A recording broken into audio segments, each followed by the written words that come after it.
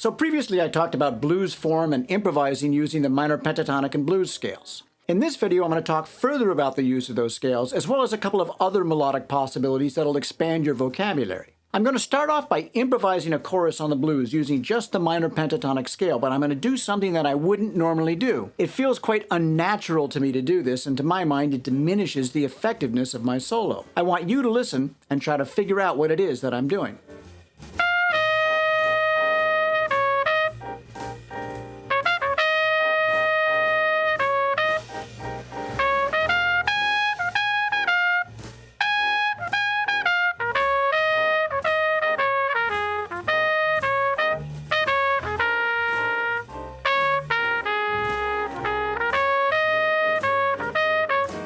So what I did there is I purposely landed on non-chord tones when the chords occurred. If we look at the notes of the 3 dominant 7 chords, you'll see that on the 1 chord and the 4 chord, 3 of the chord tones are contained in the B-flat minor pentatonic scale, the root, 5th, and 7th. On the 5 chord, 2 of the chord tones are contained in the scale, the root, and the 7th. When you land on a chord tone at the moment that one chord changes to another, well, the harmony becomes clear. It's like putting a round peg in a round hole. When you land on a non-chord tone, the harmony is obscured somewhat. Now, that's not necessarily a bad thing as long as you're aware that you're doing it. As I tell my students, if you know what the rules are and you choose to break them, well, all's fair in love and jazz. But if you break the rules because you're not aware of the rules, well, there's a pretty good chance that your solo's not going to sound all that great. So here's what it sounds like if I follow the rules by landing on the root of the chord each time the chord occurs. Now this sounds pretty obvious, and jazz musicians wouldn't normally choose to land on the root of every chord, but if you do, it's at least a pretty good indication that you have an idea of what's going on with the harmony.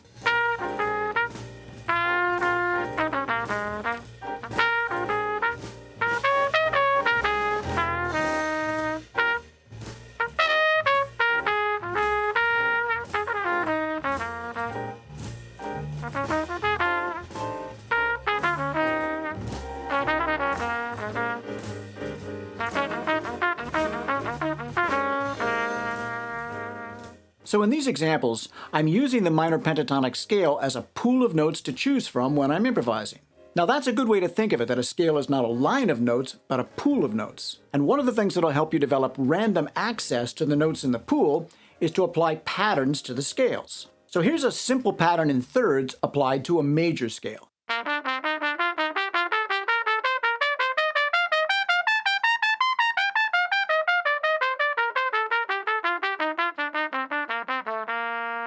Now here's that same pattern applied to a minor pentatonic scale.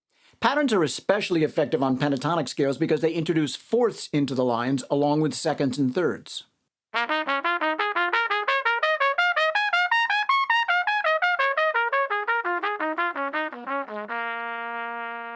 Here's the scale pattern again, applied to both the major scale and the pentatonic scale. But this time, I'm going to reverse the direction of every other pair of notes. So it goes bottom up, top down, bottom up, top down. This gets us further away from the sound of a scale and more in the direction of a pretty hip sounding jazz line.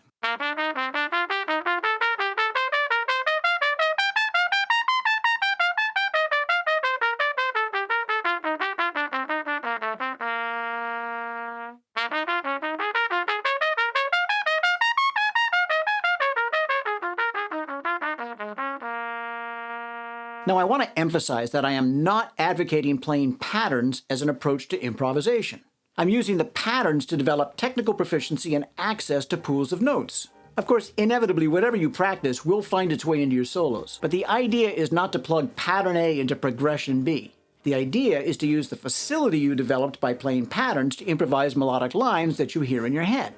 Okay, so now let's talk about adding 3 more notes.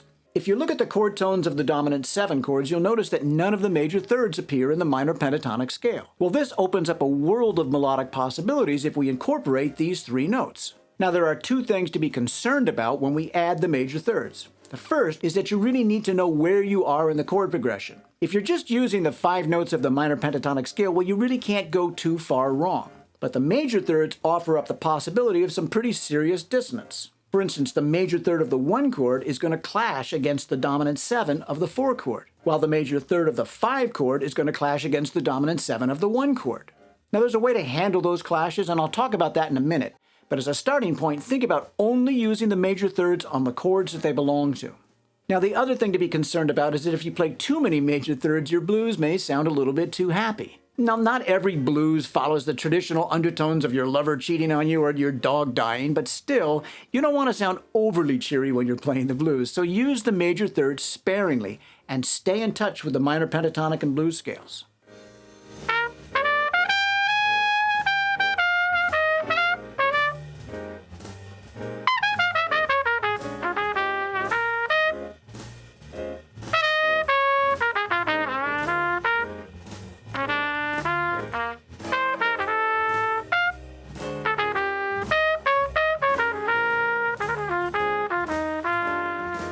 Now I'm going to talk about two more scales, or really it's one more scale and a variation on that scale.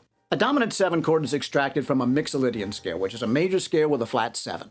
The 3 notes that are contained in the scale, but not in the chord, are the non-chord tones that I talked about earlier. When they're added to the top of the chord, 1, 3, 5, 7, 9, 11, and 13, we call them extensions or tensions, and jazz voicings almost always include some of those notes. When you're playing 8th note lines, the extensions become passing tones that connect the chord tones. Now, it's also possible to use upper structure notes as key elements of the melody, but you need to understand the harmonic relationship of those notes to the basic chord tones. Of the 3 extensions, the natural 11 is going to sound kind of funky on a dominant 7 chord, and those are the notes I chose to land on in the first example. And like I said, that felt very awkward because those would be the last notes that I'd instinctively land on. A sharp 11 sounds pretty good on a dominant chord, but we won't go into that right now. Jazz musicians often add another note to the Mixolydian scale, and to introduce that, I want to go back to what I said earlier about how the major third of the 1 chord does not sound good with the 4 chord, because it's the major 7 on that chord, and it clashes with the flat 7 in a dominant chord. Here's what that would sound like.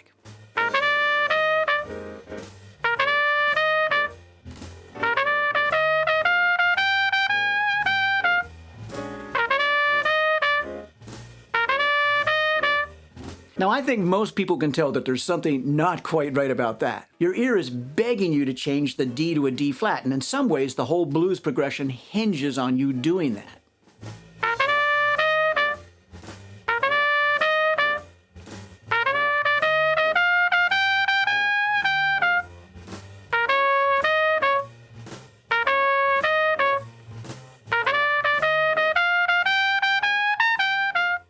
So if you just hammer out a major 7 on a dominant chord, well, people are probably going to wince. But if you use the major 7 as a passing tone between the root and the flat 7, well, that sounds fine.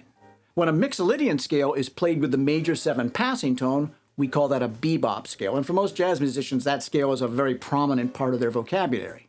I'm going to go further into depth on bebop scales in another video, but here's what they sound like if I play them in the air and if I use them to improvise on the blues.